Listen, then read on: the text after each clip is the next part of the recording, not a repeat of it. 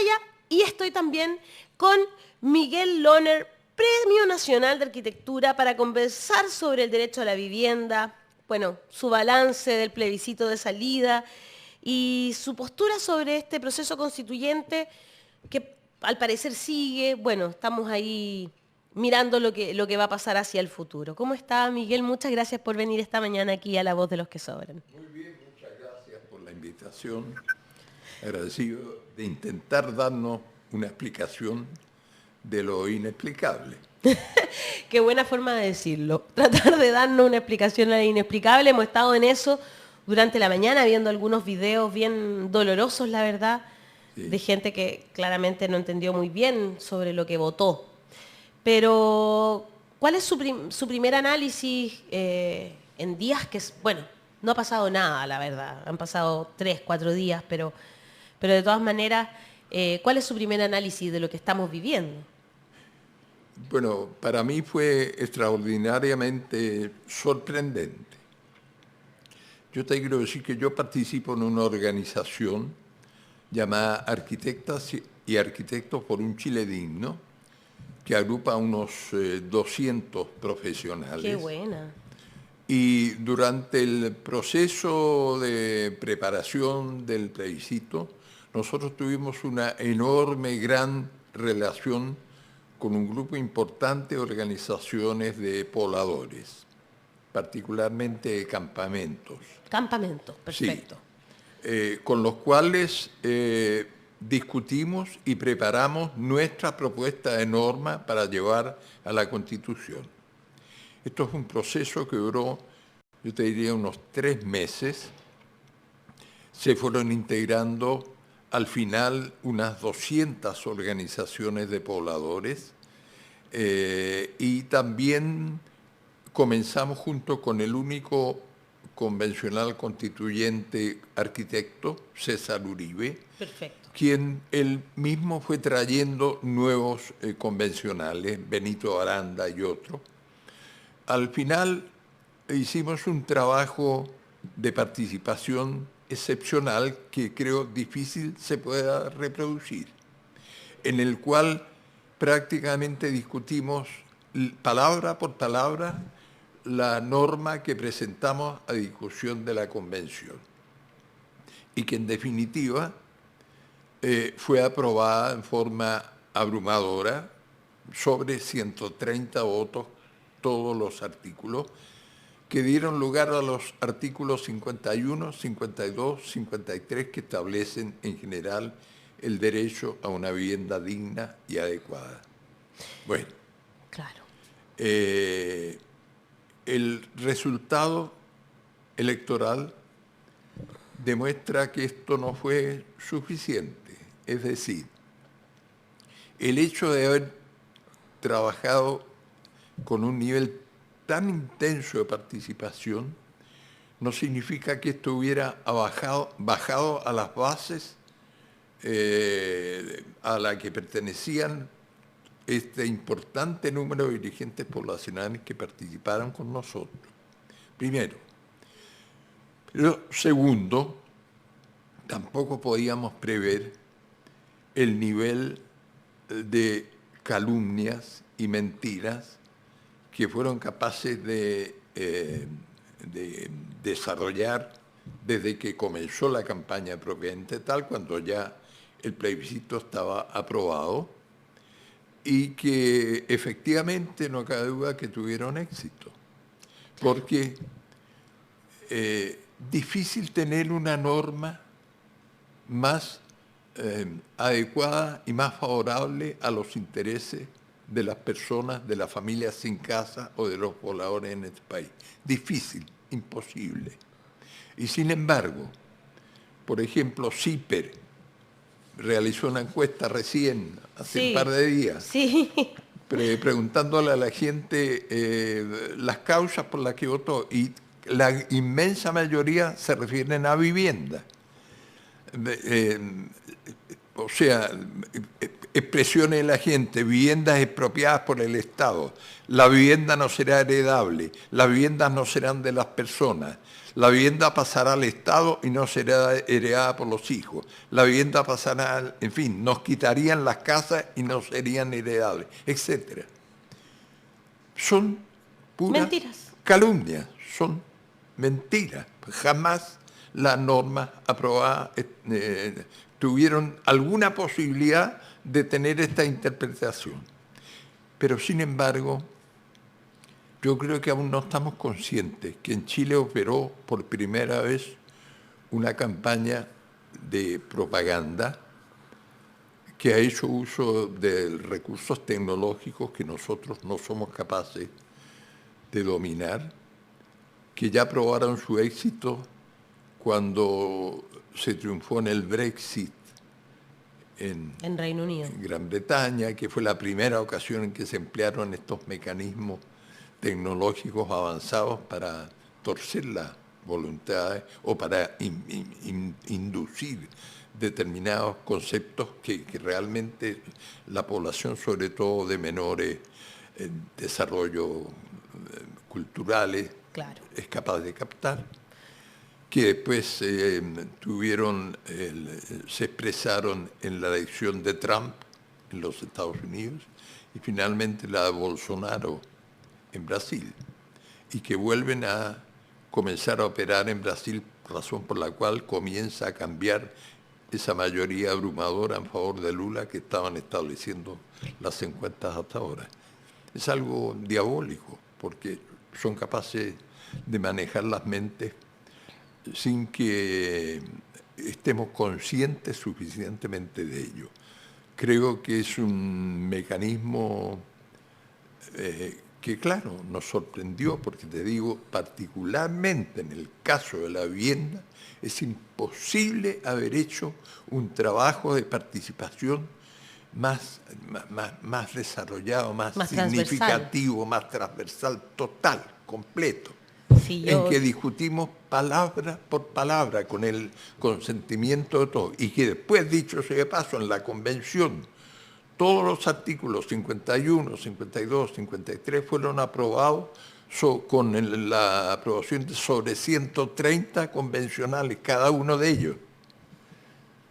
Y sin embargo, mira esto, es decir, estamos en presencia de una forma de inducir las voluntades de los seres humanos que por un lado tú puedes considerar perversa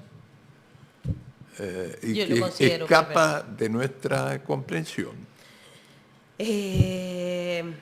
Yo sabía, me acuerdo incluso de un programa de televisión, que no me acuerdo si era de TVN o de Canal 3, parece que es del 13, ¿no? Porque ya se me confunden entre Mónica Pérez y Constanza Santamaría, me parecen iguales, como que las mezclan. Pero, a ver, me acuerdo perfecto que estaban y había dos, generalmente llevaban a uno del apruebo y uno del rechazo, ¿no? Y se ponen a analizar los artículos sobre vivienda y el derecho a una vivienda digna. Y los dos estaban de acuerdo en que la norma era perfecta y la periodista se desespera tanto que le dice, oiga, pero usted no viene por el rechazo. Sí, y el tipo perfectamente. Le dice, bueno, es que yo estoy por el rechazo, pero en estas normas no puedo decir que está mal porque están bien hechas. Es lo que hay en todas partes del mundo. Y ahí la periodista queda desarmada porque en términos de vivienda estaban tan bien hechos los artículos, ¿no? No hay nada que decir sobre eso. Más aún yo conozco muy bien el caso y sé la persona que fue interpelada por la Mónica Pérez. Claro. Que es nada menos que Guillermo Rolando. ¿Quién es Guillermo Rolando? Guillermo Rolando fue el subsecretario de la vivienda del gobierno de Sebastián Piñera. Él fue el subsecretario hasta el momento en que asumió el gobierno de Boris. Claro.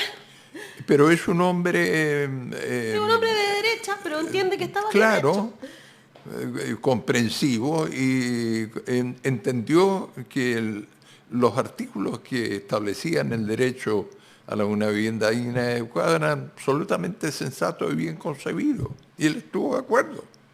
Nos preguntaban mucho, nosotros, bueno, en un momento cuando también nos dimos cuenta de que lo que se venía era combatir esas mentiras una y otra vez lo que se llama en periodismo, en la comunicación, ¿no? Que es como que tú sientes que la derecha estaba poniendo el enfoque, el framing, ¿no? Que llamamos nosotros. Porque terminamos desmintiendo cosas que ellos inventaban. Claro. Y no hablando sobre los beneficios de la propuesta, ¿no? Que es lo que debíamos haber transmitido y no logramos, lamentablemente. Las razones son múltiples, pero yo también me quedo con lo que usted plantea, que tiene que ver con algo muy maquiavélico y muy casi demoníaco. Pero ¿qué es y cómo definimos? Porque quizás se abra un nuevo proceso constituyente. Y nos preguntaban mucho, ¿qué es una vivienda digna? ¿Qué define la vivienda digna? Eso nos preguntaron muchas veces en muchos conversatorios. Yo sé que estaba muy bien definido en la propuesta constitucional, claro. Pero ¿usted cómo lo definiría, don Miguel? ¿Qué es una vivienda digna?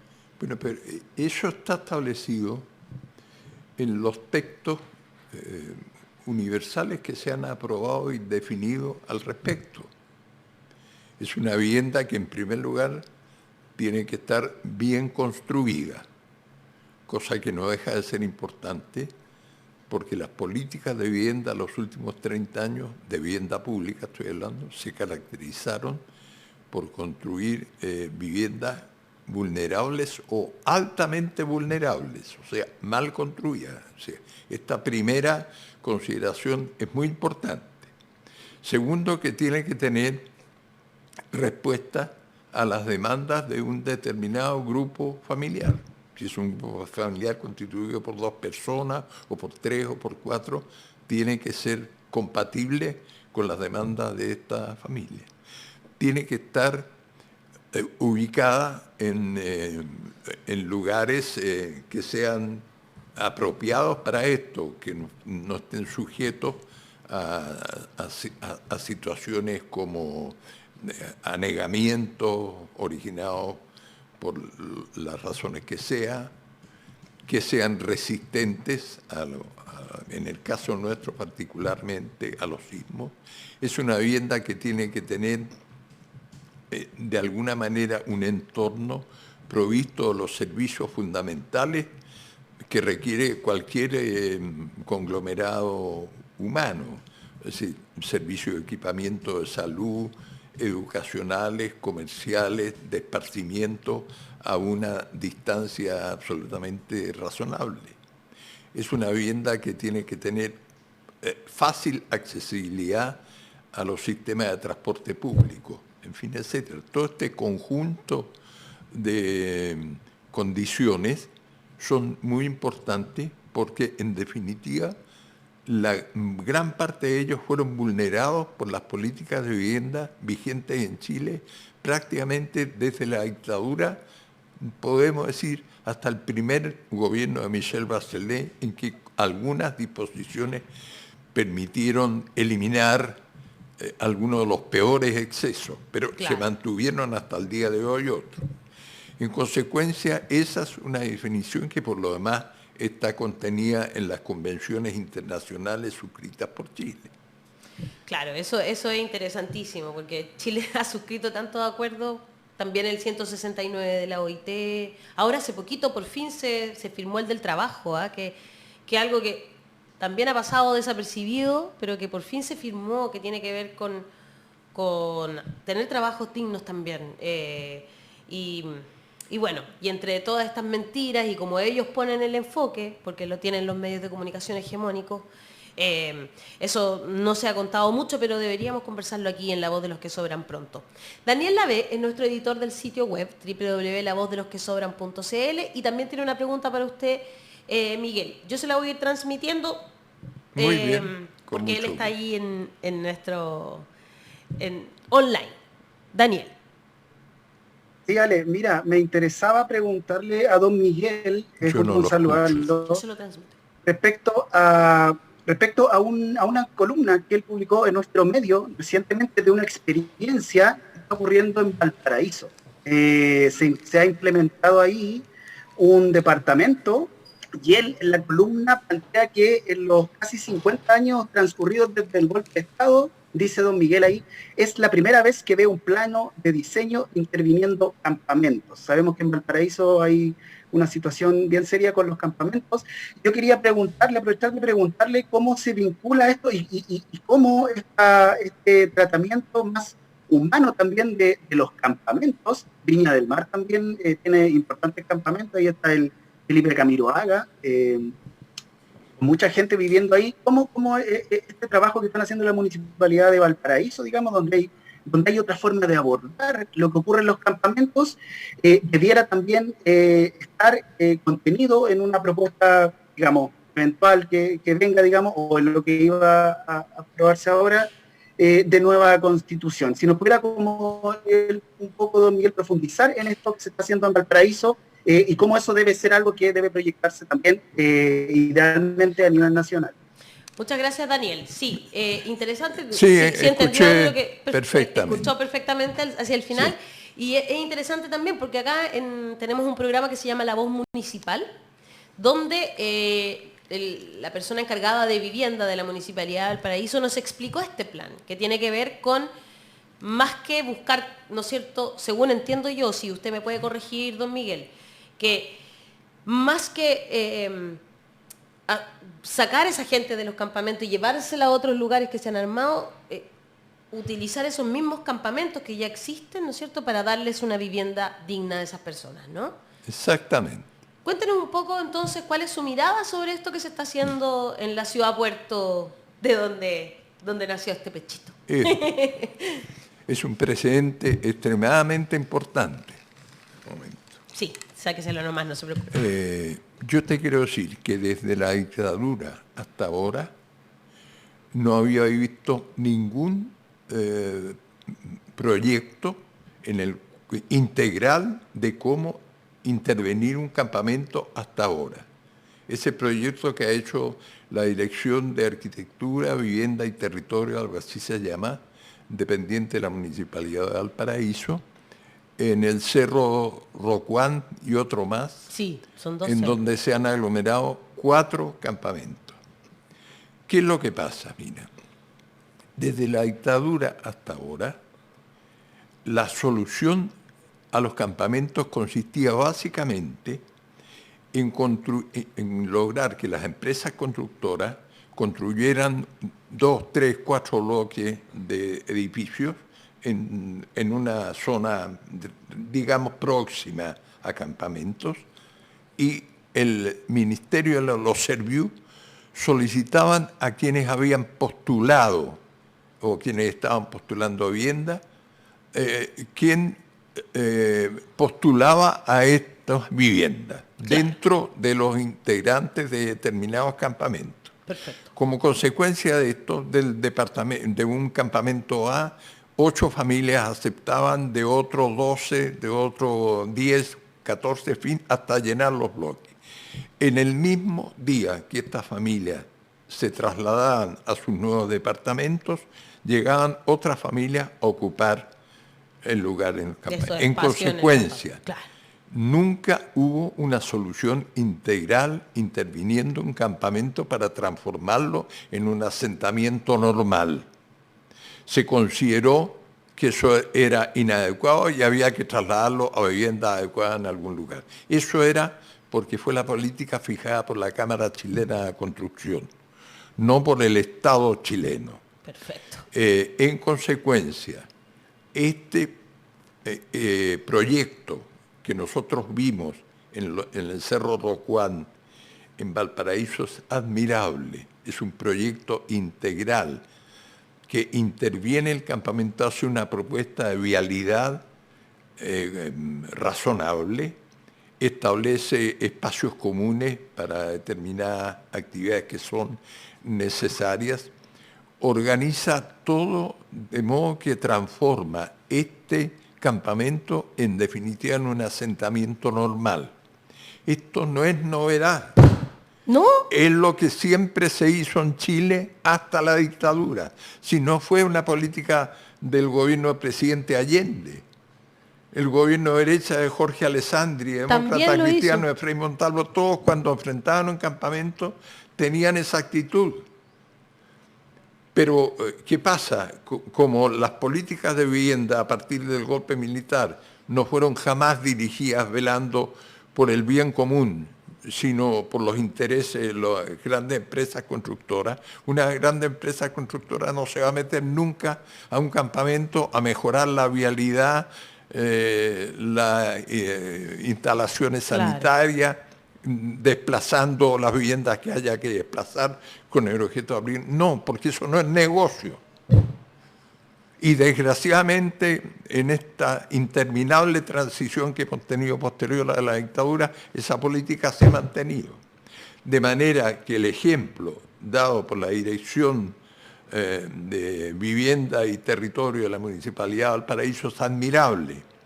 Y yo he escrito al respecto señalando que todos los servicios a lo largo de Chile debían tener esto como ejemplo. Me parece, pero... Es una forma realmente de enfrentar los campamentos en beneficio de los intereses del campamento. Si en los campamentos antiguos la aspiración de la gente no es tanto que le hagan vivienda, no, po, sino que mejore la infraestructura, que tengan agua, alcantarillado, luz eléctrica, y la vivienda se la autoconstruyen ellos. Exacto. Probablemente con la asesoría de algún profesional de los servicios, de los organismos que sea, se podría ir mejorando las viviendas, pero no es la prioridad. La prioridad es tener agua, alcantarillado, luz. Exacto. Y eso es lo que resuelve, que plantea en un proyecto integral esta propuesta de Valparaíso. Es admirable. Y nosotros fuimos a ver, en Valparaíso fuimos invitados a un seminario el sábado anterior. ¿Ya? Fuimos a ver otro campamento situado próximo a la avenida La Pólvora. Perfecto, muy arriba. Sí, eso es Playa Ancha hacia arriba. También próximo a la cárcel de Valparaíso. Exactamente, muy cerca del cárcel. Donde recién están iniciando los colegas de Valparaíso el trabajo. Es que es muy difícil ahí porque son unas quebradas hacia claro, abajo, sí. Pero es maravilloso como asentamiento. Claro. Uno como arquitecto ¿sí? disfrutaría cómo transformar eso en un lugar normal, a un asentamiento normal. Y me dio mucho gusto la comunidad de estos profesionales de la Municipalidad de Valparaíso con los pobladores, porque la relación era preciosa, los sueños que estaban planteando, aquí vamos a hacer esto, aquí lo otro. Había una unidad de criterio, una comprensión, un lenguaje maravilloso de armonía. Yo quedé muy impactado. Es un ejemplo para que debieran continuar el resto. Ojalá se mire con esos ojos, efectivamente. Me alegro mucho de haber recibido esa pregunta. Sí, porque lo habíamos conversado acá, pero este programa que es como nuestro estelar, lo está viendo mucha más gente y ojalá que se interioricen de lo que estamos conversando. Además, en Valparaíso, Viña, son las ciudades que tienen más campamentos casi en Latinoamérica. O sea, la única forma de salir de eso es transformar lo que la gente ya ha construido, ¿no? Impresionante la cantidad de campamentos. Claro. Sí, realmente es bien impresionante. Y los lugares donde construyen, como usted dice, ahí en Valparaíso, también es impresionante. Usted fue ministro durante el gobierno de la UP, ¿verdad? ¿Cómo? ¿Usted fue ministro durante el gobierno? No, yo fui director ejecutivo de una de las 4 corporaciones que tenía el Ministerio de la Vivienda en ese tiempo. Perfecto. Que se llamaba CORMU, Corporación de Mejoramiento Urbano. Perfecto. No fui ministro. Fue director de uno de esos departamentos. Perfecto. Y bueno, y hay gente que durante el gobierno de la UP dice que vivió los días más felices de su vida y querían algo similar para sus hijos hoy. ¿Cómo lo ha vivido usted que alcanzó a ser parte de ese gobierno, que vivió la dictadura y que hoy día estaba viviendo esta transición que esperábamos que se acabara, pero da la sensación que manteniendo la Constitución de Pinochet eso no va a terminar? Bueno, yo soy un caso muy particular, porque efectivamente viví esos que a mi juicio son los 1000 días más hermosos que ha vivido el pueblo de Chile durante el gobierno de Allende. Fui castigado por ese sueño, porque yo fui detenido inmediatamente al día siguiente del golpe y estuve 2 años confinado en diferentes campos de concentración y después expulsado de Chile viviendo en el exilio 8 años hasta retornar en 1984. Pero te quiero decir, las experiencias vividas en ese periodo son inolvidables, imposible, nada más hermoso. Porque nosotros hicimos una realidad el derecho a la vivienda. Esto que hoy día está planteado como el gran tema, que ha sido el gran motivo por el cual han triunfado quienes han edificado las peores políticas públicas en Chile durante toda su historia. Bueno, y yo tuve el privilegio de ser protagonista de ese sueño maravilloso. Nosotros planteamos en nuestro programa que el primer año de gobierno íbamos a darle prioridad a quienes nunca habían tenido la posibilidad de optar a una vivienda digna, utilizando el lenguaje que usamos hoy. Claro. Y cumplimos, porque construimos en el primer año de gobierno 100.000 viviendas, todas de altísima calidad, ninguna de ellas en la periferia. Nosotros construimos donde la demanda habitacional estaba establecida, cualquiera que ella fuera, en los barrios altos, medianos o pobres. Y allí están, hasta el día de hoy, han cumplido 50 años de vida o más, gozan de muy buena salud. Me da un gusto enorme cada vez que circulo por el país y veo cómo se mantienen espléndidas, cosa que no se puede comparar con la basura que se construyó posteriormente. Y sobre todo, más importante, no solo la calidad de la vivienda, sino la ciudad, el hecho de haber construido todos los conjuntos habitacionales con todos sus servicios necesarios, integrados a su entorno, no creando conflictos, como por ejemplo los famosos guetos verticales de Estación Central que han arruinado un barrio. Al contrario, cada una de nuestras intervenciones significó donde fuera, que fuera en Colina, en Huechuraba, en San Ramón, en Cerro Navia, un enorme mejoramiento para el conjunto de la comuna. Eso significa hacer ciudad, además de vivienda. Claro. Y eso lo cumplimos. Eso estaba también en la propuesta de nueva Constitución, hay que decirlo, el derecho a la ciudad, justamente para todas, todos y todes. Claro. Interesante lo que usted plantea y creo que yo vivo en Ñuñoa, soy concejala por Ñuñoa. Y me da tanta angustia pensar porque, por ejemplo, una de las cosas que nos pasa mucho con los comités de vivienda y de allegados que tenemos en la comuna es que, con toda razón, no quieren salir del lugar en el que han vivido siempre. Claro. Pero acceder a suelo en Ñuñoa hoy es casi no hay, prácticamente, o es carísimo, a un nivel que no se puede pagar, digamos. Y entonces es... Pero es que, ¿qué pasa, amistad? Es que allí los campamentos que hay que intervenirlos siguiendo el modelo que acabamos de ver en Valparaíso. Pero si tú podrías transformar esos campamentos, que ¿cuánto tiempo tienen? Claro, en Ñuñoa. Se me ha olvidado el nombre. Campamentos, no, más bien hay allegados, gente que vive con... No, pero hay en la zona sur de Ñuñoa. Hay poblaciones. Poblaciones, claro, conformes. Tenemos la Ezequiel Fernández, la Cruz Gana, la Villa Canadá. No, pero esas son poblaciones razonablemente bien. No. O sea, son poblaciones chiquititas. La Rosita por ahí, Renar. Por él está. La Rosita Renar. La Rosita Renar. Claro, esa es la más compleja, digamos, de todas. Tú podrías intervenir la Rosita Renar con la fórmula que acabamos de ver en Valparaíso y transformar toda esa situación heredada por 50 años, Claro. transformarla en un asentamiento normal. Sí, perfectamente lo puedes hacer. Porque hoy día no cabe un camión de bomberos, por ejemplo. Claro, por supuesto. Claro. Hay Claro, incendio en el y proyecto de Valparaíso ha habido la precaución de que las vías trazadas permitan el acceso de los vehículos de emergencia, de bomberos y de ambulancias, que tienen que tener posibilidad de acceso hasta la última de las casas de cada conjunto. Y eso se puede hacer. No hay ninguna razón que no se pueda hacer. Hay que tener la voluntad de hacerlo.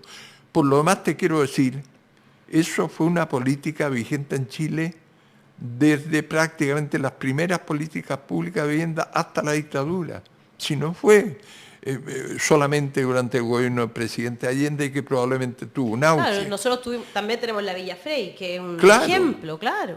Piensa tú, mira, en un gobierno de derecha, como el de Jorge Alessandri, se construyeron dos de los conjuntos habitacionales de vivienda pública más notables en la historia de Chile. Ambos son hoy día monumentos nacionales, la Villa Olímpica y la Villa Frey.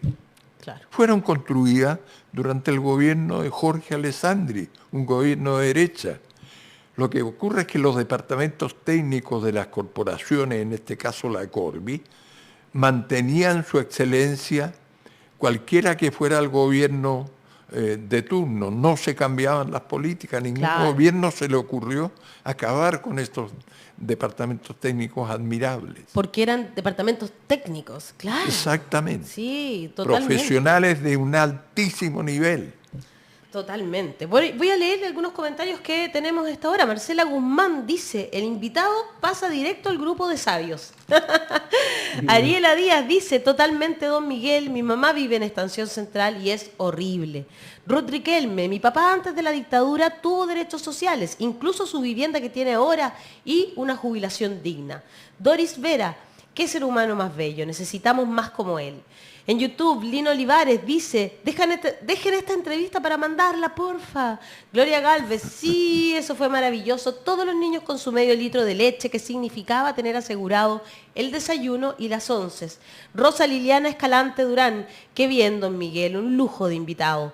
Rosa Rosas Rojas, yo vivo en una de ellas y es la mejor vivienda en las que he vivido.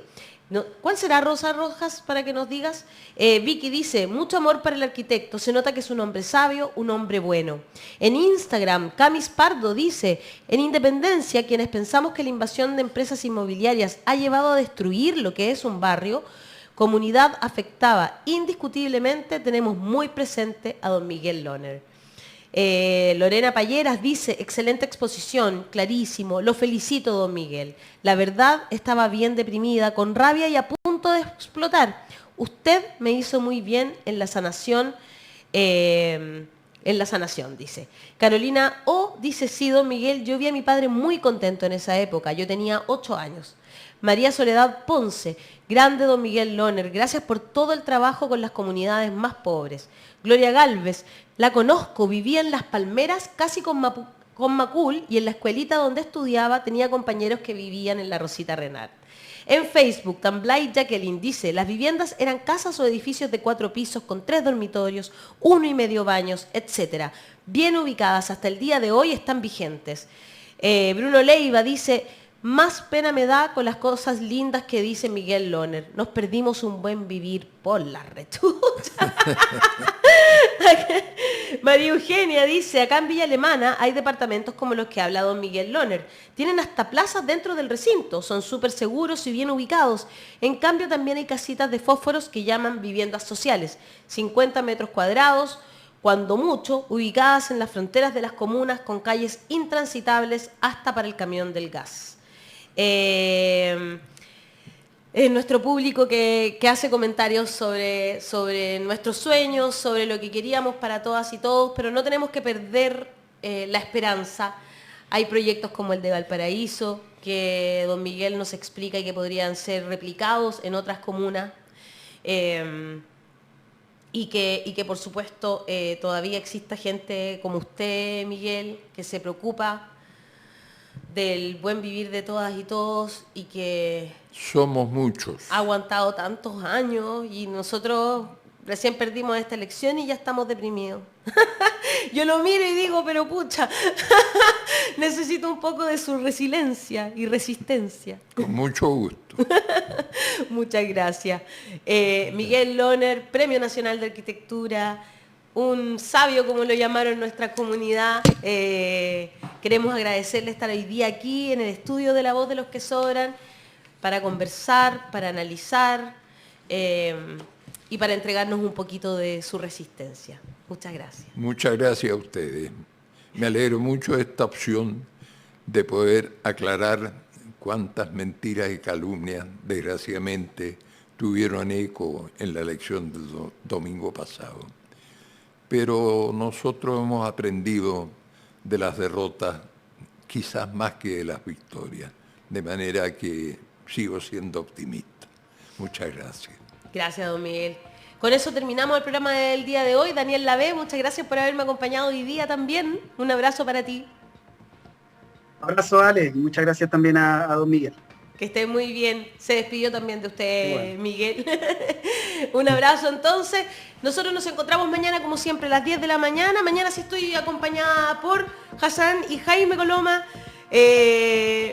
Como siempre, hoy día fue una excepción, pero nada, para terminar, aguante los estudiantes que están en las calles otra vez y nos encontramos entonces. Un abrazo. Chao, chao. Gracias, comunidad. Bueno, no estuvo mal.